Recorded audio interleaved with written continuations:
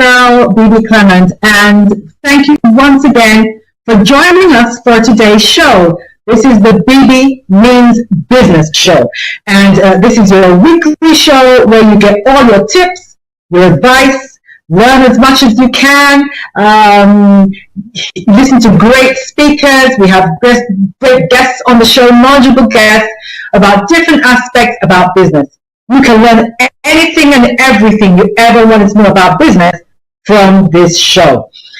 Instead of having to go and invest thousands and thousands of pounds on loads of seminars, just tune in every week on Tuesdays at 1:30 and you'll get all the information you need about the Bebe Means Business Show. If there are specific areas actually of business that you would like some information about or you'd like me to talk about, just let me know, and I will try my best to ensure that we do that and cater for your needs. But I want to thank everyone that has joined us every week. And last week was such a good show. Last week we were talking about how a company can change.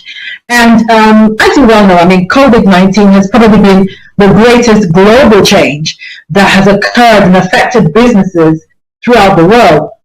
But there are other kind of changes that can occur in your business that are not as dramatic, but still have a large bearing on morale of staff and the direction of the company that has to be handled with care.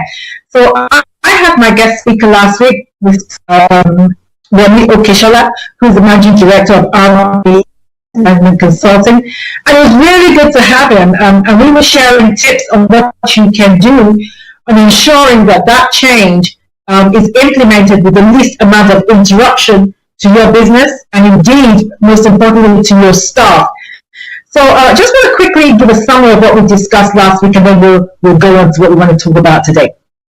So we talked about how important it is to be able to give your staff direction when a change occurs. And we talked about the way to communicate the change to your staff is so important, because if you're not able to get the buy-in of your staff in relation to the change that you want to implement, knowingly or unknowingly, your staff will sabotage your change. And we spoke about the importance of understanding the kind of emotions that have to be overcome in order for your staff to buy into your change. And those include things like staff are afraid, they're anxious, they're unsure of themselves, they don't know what role they're going to have to play in the new change, they're not even sure whether the change is going to be effective, and that kind of thing. What does it mean for them as individual employees? That kind of thing. And the way you communicate the change and the way you implement the change throughout that period is vital in overcoming those fears and anxieties that the staff may have that may inadvertently affect the way that they do their job and they carry out your business in your name.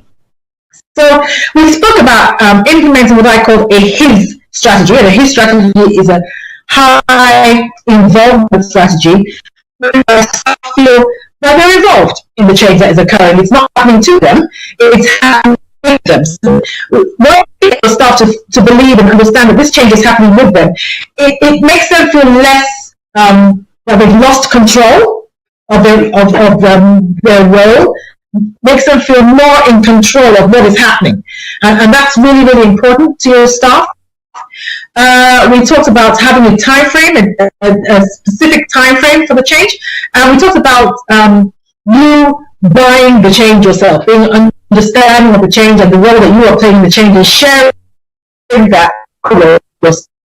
And what would you need to do to be able to measure whether this change has been worthwhile or whether it has been successful by way of business? So those kind of things are all that we discussed last week. For those of you who are just joining us, it's your host, Bebe Clement, and you are very welcome to the Bebe Means Business Show. Like I said, this is the show where you get to have all your questions answered in relation to something that we may discuss today that you want some advice on. You can send us in your questions. It's a live show, and so it's interactive, and you can hook up with us via Twitter.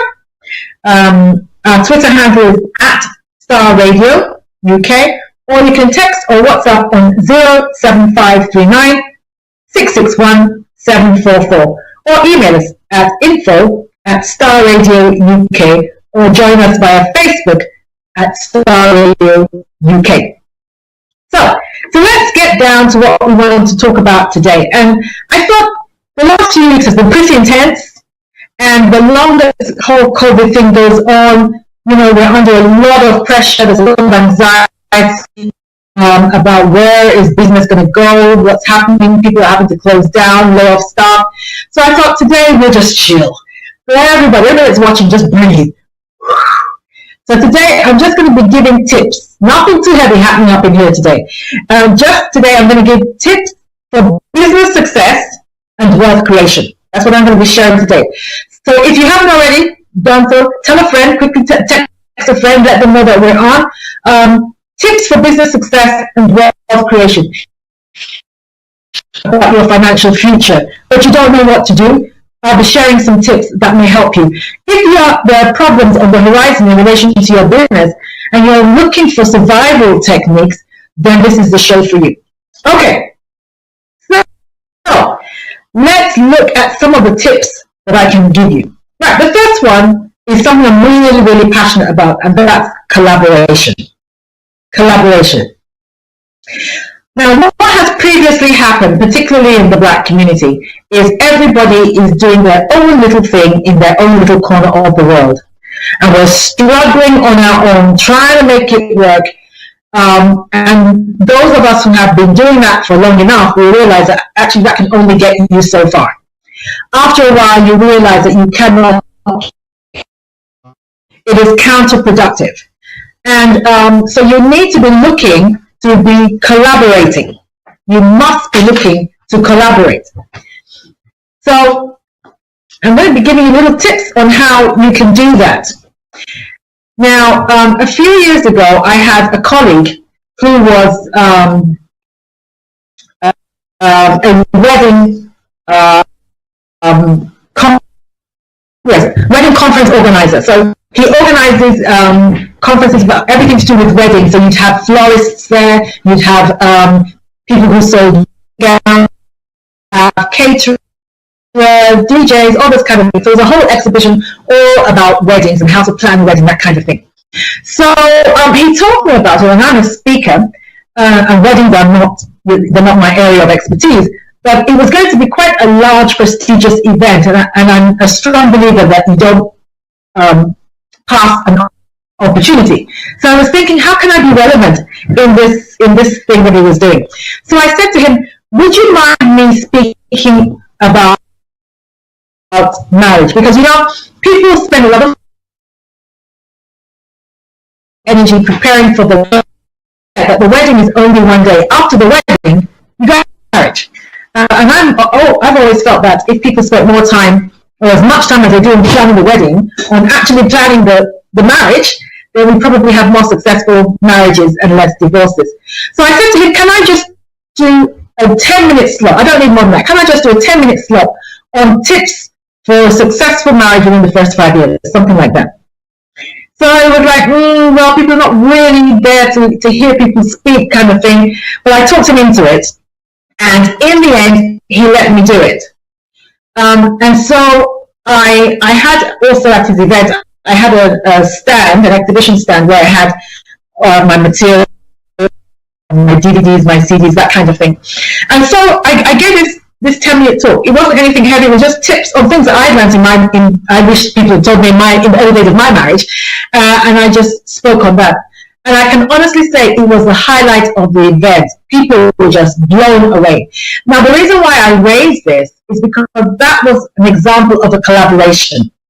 I don't normally speak about marriage, but he had a ready audience. They were the kind of market that I wanted to get into, and that gave me an avenue to get into this. So that was a brilliant collaboration. And of course, it made him look good, because it was something outside the box. You don't usually hear that kind of thing at a wedding occasion. So it was something different. So again, it was a conversation topic after the event for him. And a lot of people he told me, a lot of people came back to him and said, oh, that was really good. We really enjoyed that. Could you do that at the next event? So that's a collaboration. Now, collaborations don't necessarily have to be that large or or like that. They can be something really simple. So it might be that you have a flyer, and let's say you're a lawyer, and you have the same client base as accountants. So it might well be that on the flyer, you have your details, you have your marketing material, so Augustine listed, and on the back of the flyer, somebody else, one of your colleagues who owns an accountancy firm, has their details as well. So you get to pitch to their clients, they get to pitch to your clients, and it's not cost either of you any more than it would normally do if you did one. In fact, if you put monies together, it would cost you even less. And then the advantage of that is somebody who perhaps wasn't necessarily thinking about a solicitor, was just thinking about an accountant, will see that and think, oh yes, well actually I do need a solicitor as well, and then we'll call you for your services. So that's an example of collaboration. Collaborations are very, very important, and we must get into the habit of doing it. I encourage you to start thinking strategically about your business and start thinking, who can I collaborate with? So for example, let's say you're a caterer. You start thinking of, who else do I share a client pool with? You share a client pool with wedding organizers, with cake makers, with hall decorators, video guys, photographers, those kind of people. That's a whole pool of people that you have the same kind of client base. Why not collaborate with them? Why not tell them, listen, anytime you go out to pitch my services as well, and I will give you a referral fee for any client that comes my way. So that's the kind of thing that you need to do. But you need to look for people who are reliable and who are affordable. Make sure you don't have people who will mess up your name or give shoddy service, because it will come back and bite you and will affect your customer service. So don't let that happen. But look for people who are reliable, responsible, and reputable and affordable, and collaborate with them. Okay, the next thing that you need to do is, I want you to begin to look at your business as a tree. All right, and I'll show you what I mean. Trees, as you know, they grow branches, and on those branches grow stems and leaves and everything like that. I want you to look at your main business as a tree.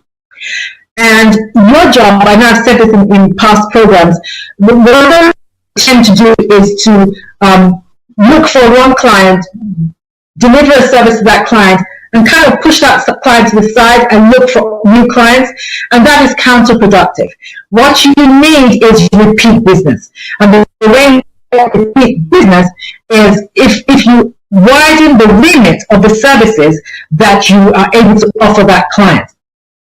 So going back to what I said, that I want you to begin to see your business as a tree and look for how it can sprout. And I'll give you a practical example of some of our businesses. Now, we have a legal magazine called Law Digest. And that magazine is a premier magazine for African lawyers globally. So in the magazine, we have legal articles, we have companies that advertise in it, that kind of thing. We have adverts and stuff like that. So on the back of that magazine, because it's aimed at African lawyers, we decided to start doing conferences, legal conferences in Africa. So the main business was the magazine.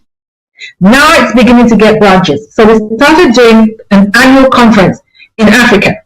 Now the conference topic that we chose was asset recovery and international litigation. And so even though the magazine itself is aimed at lawyers, but the conference has a wider remit. So the conference also engaged accountants, asset managers, finance houses, banks, professional associations, those kind of people, government agencies, all those kind of people. So now, even though it's a legal conference, we now have access to a wider group of clients. So can you see how something that started as a magazine, that was the main business, that's the tree, now grew branches, and not only did it grow branches, it now catered for a wider group of people, not just lawyers. So the original target audience was lawyers, but now because it's growing branches, it is appealing to other groups of people. Now, those people that attend the conference, of course, they pay to attend the conference. People want to speak at the conference, they pay to have a speaking slot at the conference. So that's another income stream. Then we have people who have exhibition stands at the conference. They want to plug their products and their services at the conference. They pay to hire those exhibition stands. Then we have sponsors of the event because it looks good, it's very reputable, we have a very good name. So they want to be seen to be associated with our brand.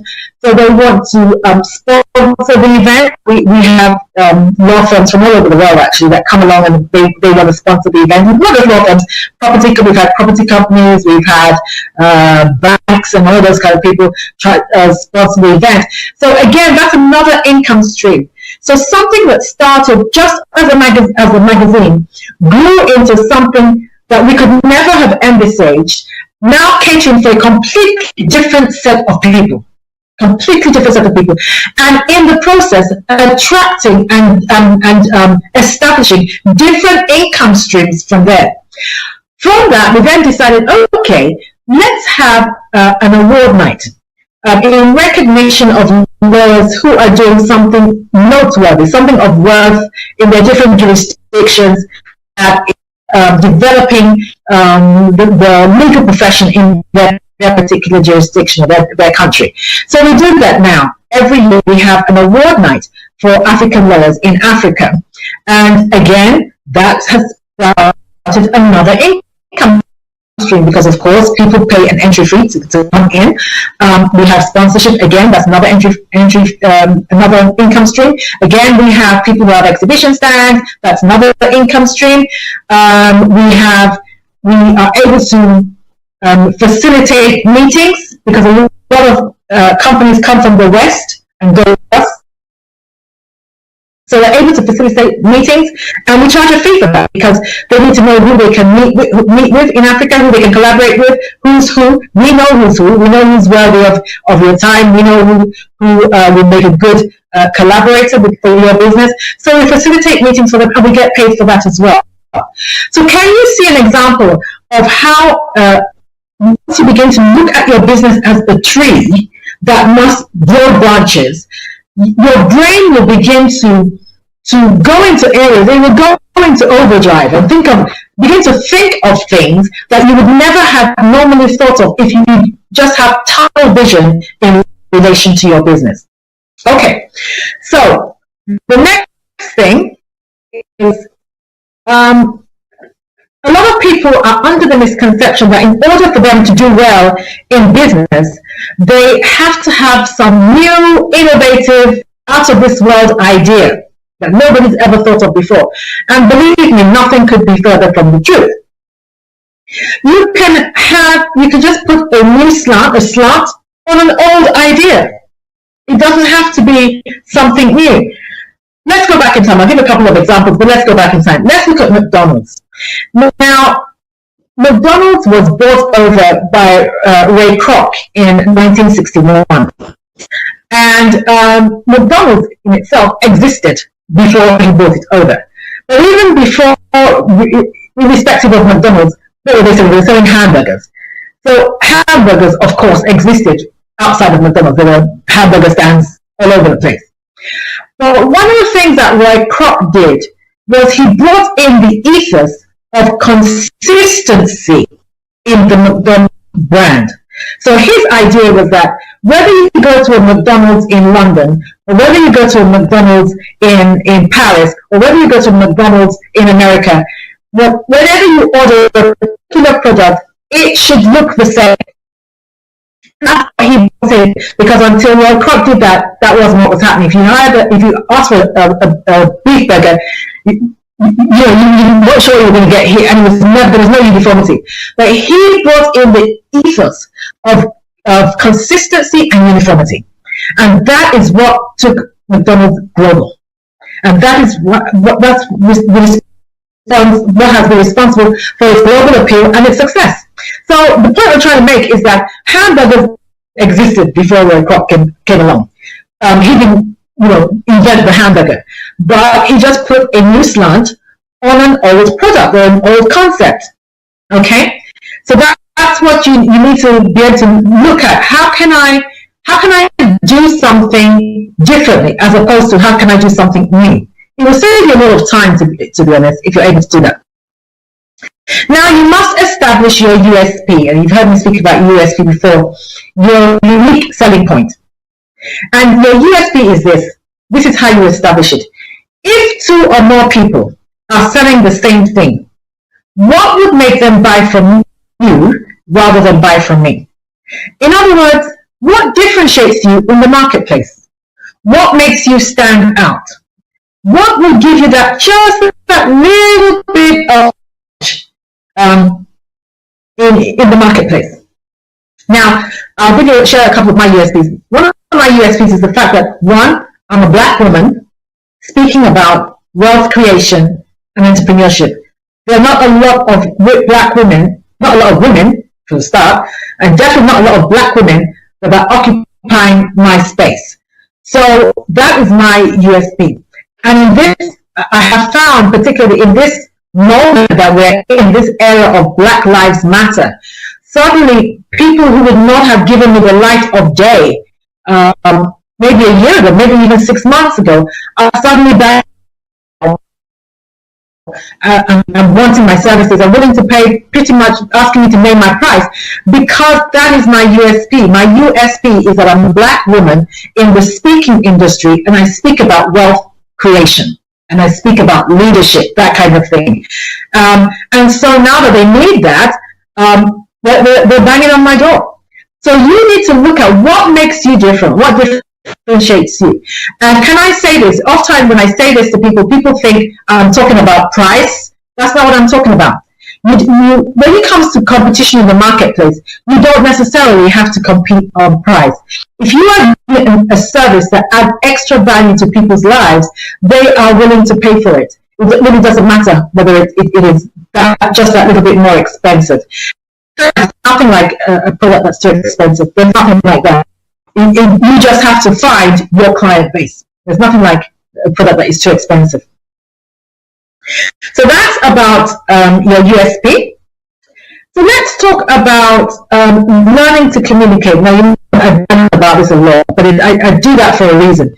As a business person, you must learn to communicate well, particularly in public, about your products and your services. You must learn to communicate clearly, confidently, and consistently about your products. You must be able to do that. Speak in a manner and in a language that your target audience will understand. When I say a language, I'm not talking about whether it's English or Russian or that kind of thing. Speak in a manner that caters for your clients, whoever your target audience is. So speak in a manner that influence them, because that's what we're doing now, influence them into buying your products or your services.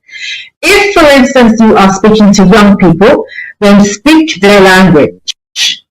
All right?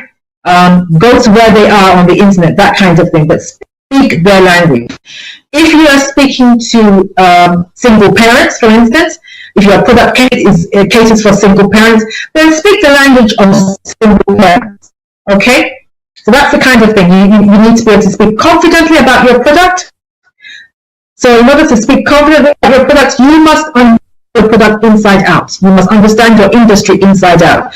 Don't be the kind of person where I ask you 3 questions about your product and you're umming and you're ahhing and you're telling me you'll get back to me. That does not breed confidence. So you must know your industry inside out.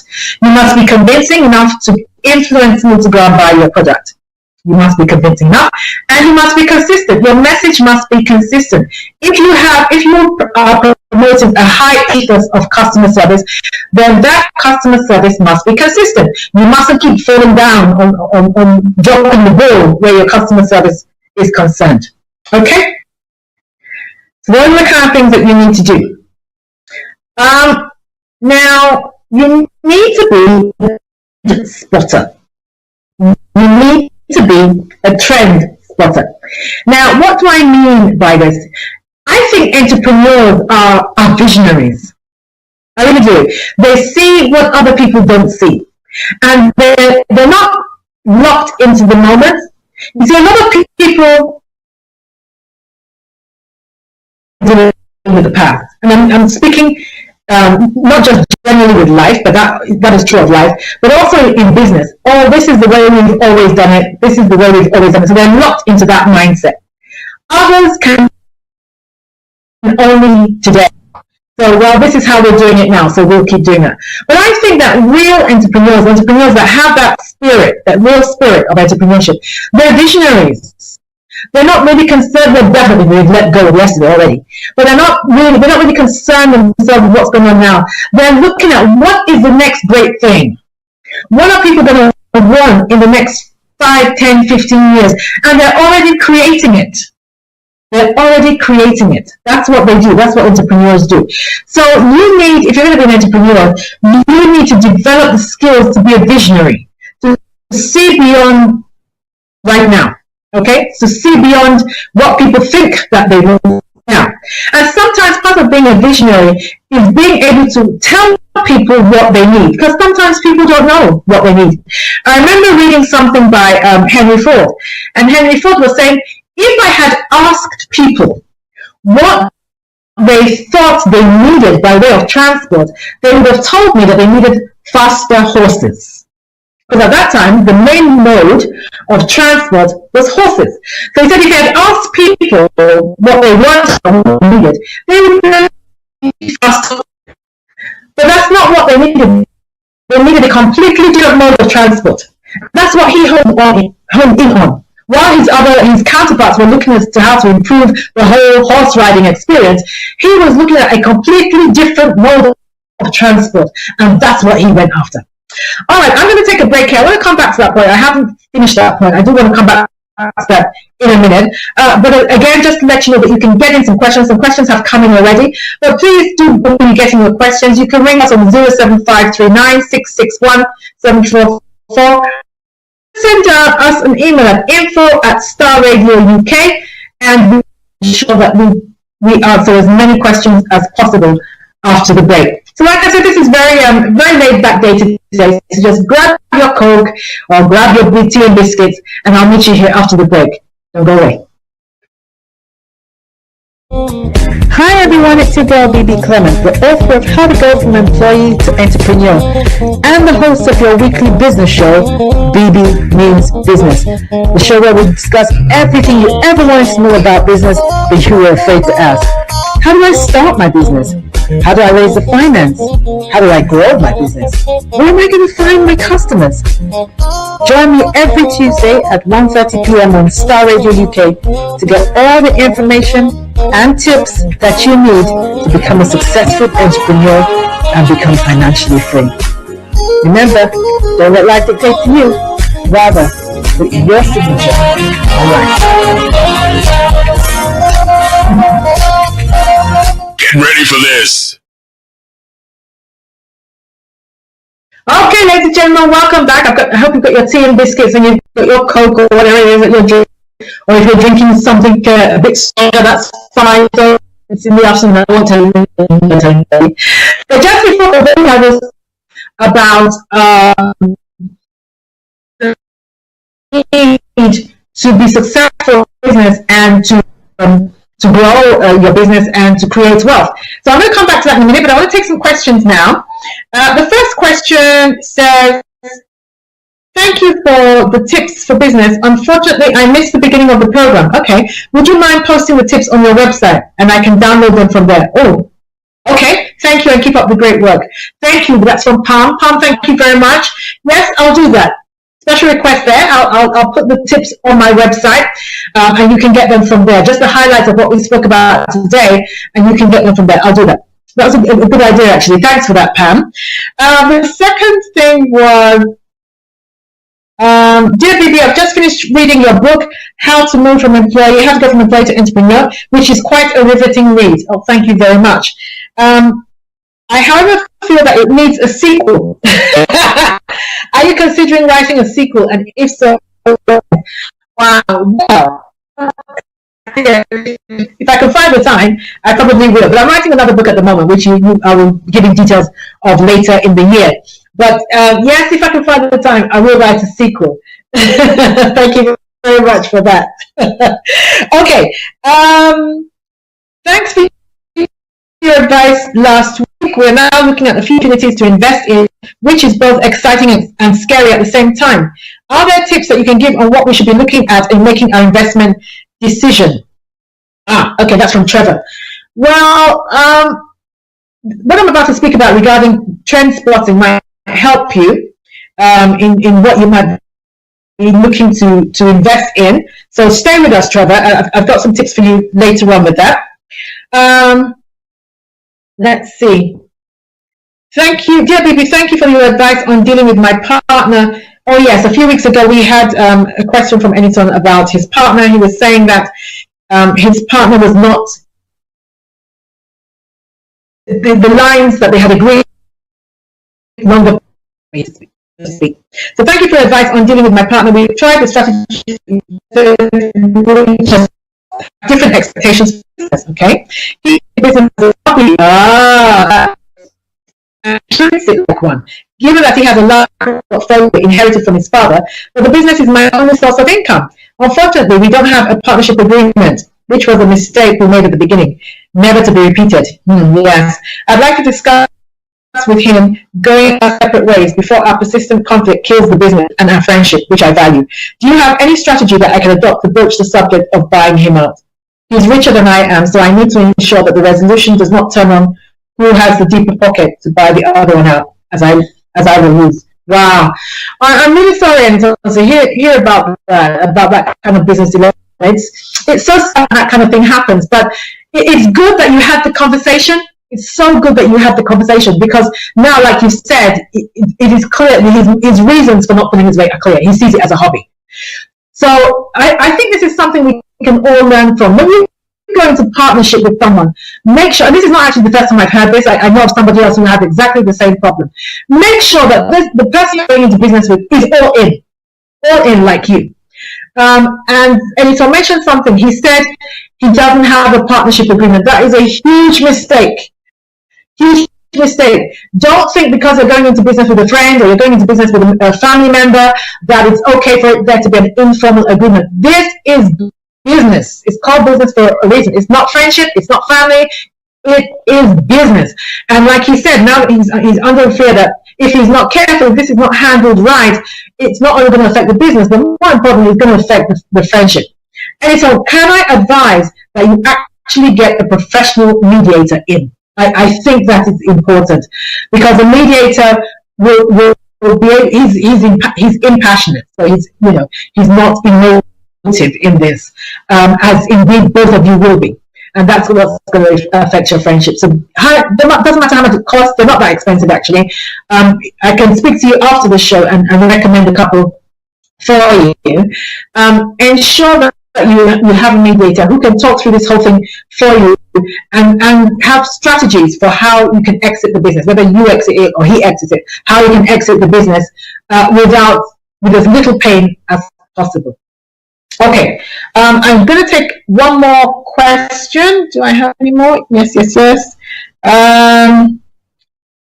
Right, I have heard so much about the government bounce back loan facility, but I'm still unsure as to whether I should apply for it or not.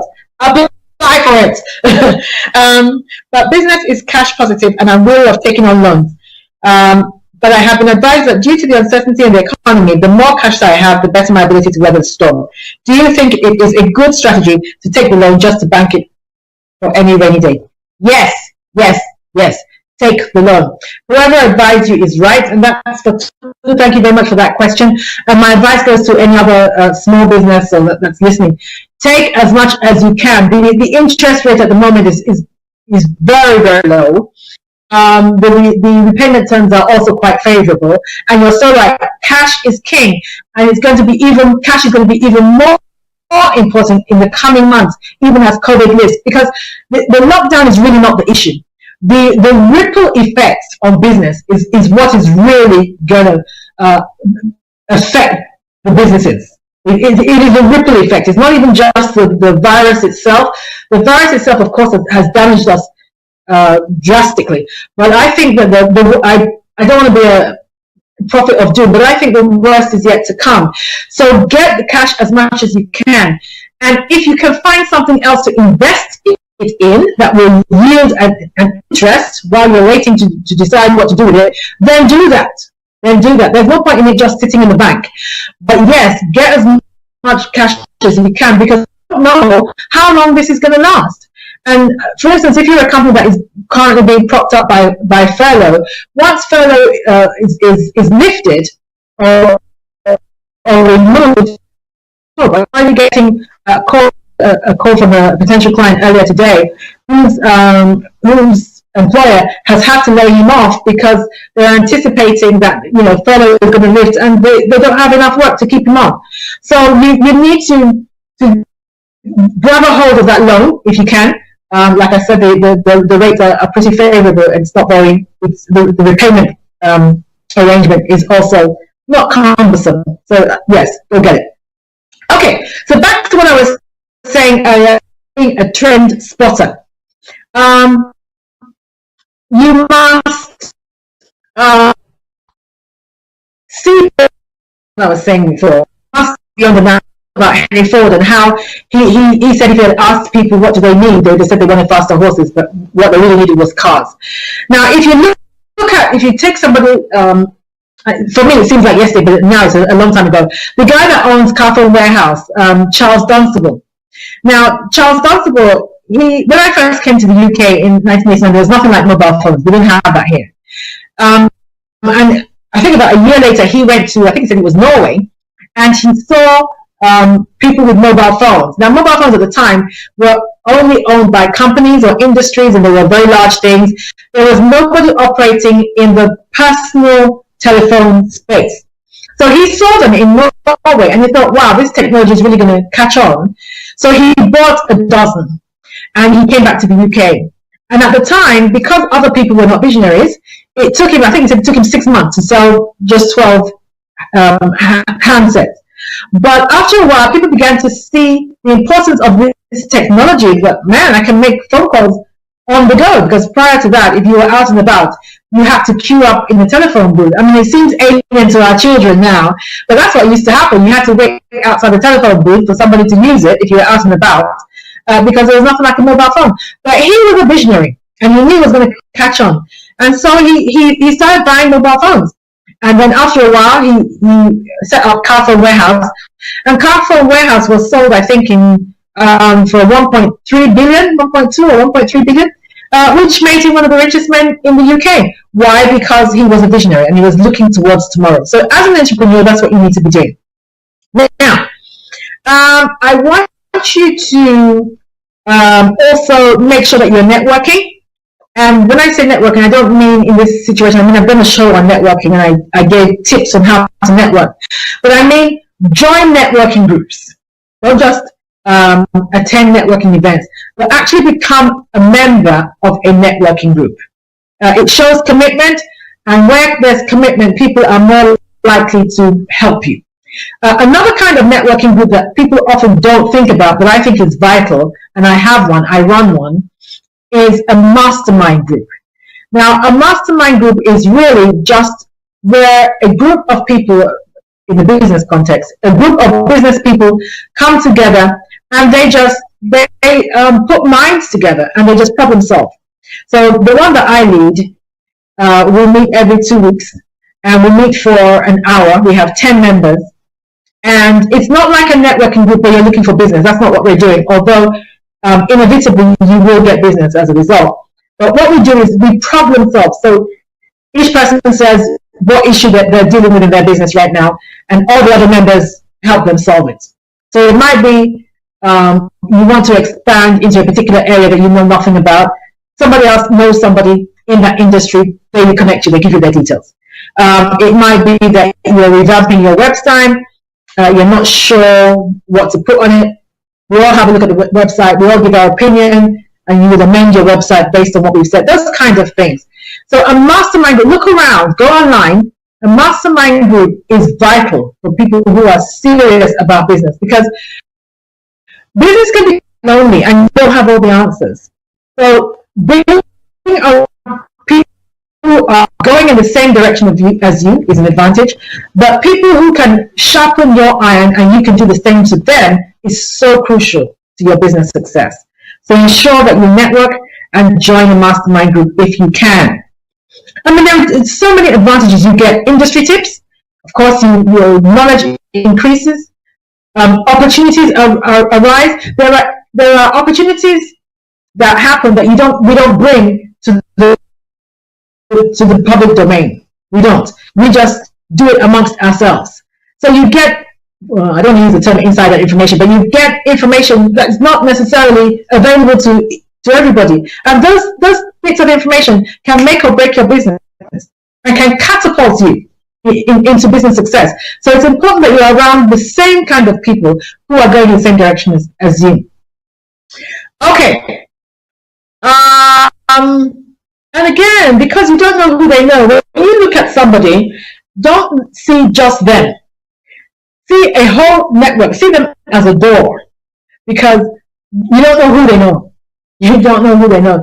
I mean, some of them, the people that I've met that you would not think have major connections, their network is unbelievable. Unbelievable. I remember last year there was a lady I knew who heard me speak somewhere, and she was really impressed with the way I spoke, and she said, "There's somebody I need." I mean, there was nothing majorly fantastic about it. She said, "There's somebody I need to meet." The person she introduced me to, oh my God, the network that guy had, and he opened a whole door to me in Africa, where my services probably would never have been heard of. My association with him has opened all kinds of doors for me. So yes, it's really important. Okay, now you need to keep your overhead low and your profit high. Keep your overhead low and your profit high. I'm always thinking of, what can I do without? What can I do without? What can I remove by way of cost? So if you're just going into business, for instance, you need to be cutting out your overhead as much as possible. So look at something like Uber. Uber does not own, even though it's a taxi company, Uber does not own a single taxi. Now, they could have done it the traditional way and gone and bought a fleet of taxis, but they do not own a single taxi. Airbnb, that provides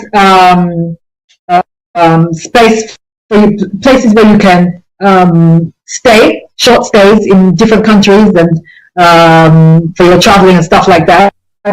They don't own a single hotel or a single B&B. They don't. So their overhead is minimal. Minimal. So once your overhead is minimal, that means the more money you get to keep. So you need to be looking at ways in which you can do business that keeps your overhead low. Take a leaf out of their book. Make your business one that provides a platform. So think about that. I don't know what it is that you want to go into. It might just be cakes. Let's say cakes. You want to be selling cakes. Perhaps just providing a platform for different people to be able to showcase their cakes is what you need to be doing, rather than going to get a shop where you have to have customers come to your shop to order your cakes. That kind of thing. So that's keeping your overhead low and your profit high. Now, this is an important one, I think. Connect with young people. Connect with young people. Now, this is important, particularly if you're anything over 40. I would encourage you to do this. Because let me tell you, if you haven't noticed already, the kind of world that you think you are in and the kind of world that actually exists by way of the experience of these young people is totally different. The world as we knew it has disappeared almost. It has disappeared. The things that these young people, I was speaking to one of my mentors this week, and we were discussing this. The things that these young people are doing, but specifically by way of technology, is scary. You know, the whole concept of you slugging away for years and years and ears at your business idea is becoming alien to them. There was my mentor was telling me about a young lady that she knew who was in her early 20s who was trying to get a job. I think she studied architecture and she was trying to get a job, but she couldn't. So in the meantime, in her spare time, she's very fashionable. So she has these crazy hairstyles and she's very fashionable. So she likes to take pictures. So she'd take pictures and she'd post them, and then she'd go somewhere and talk about where she was, and then talk about the clothes that she was wearing, and online. She was doing this on Instagram and online. And one of the major companies, I'm not going to mention the name of the company, contacted her because they could see her. I mean, her followership was ridiculous. I mean, she now had about 100,000 people, I think, following her. And all she's doing is taking pictures of herself and speaking about the places that she goes to, because she travels a lot. She likes traveling.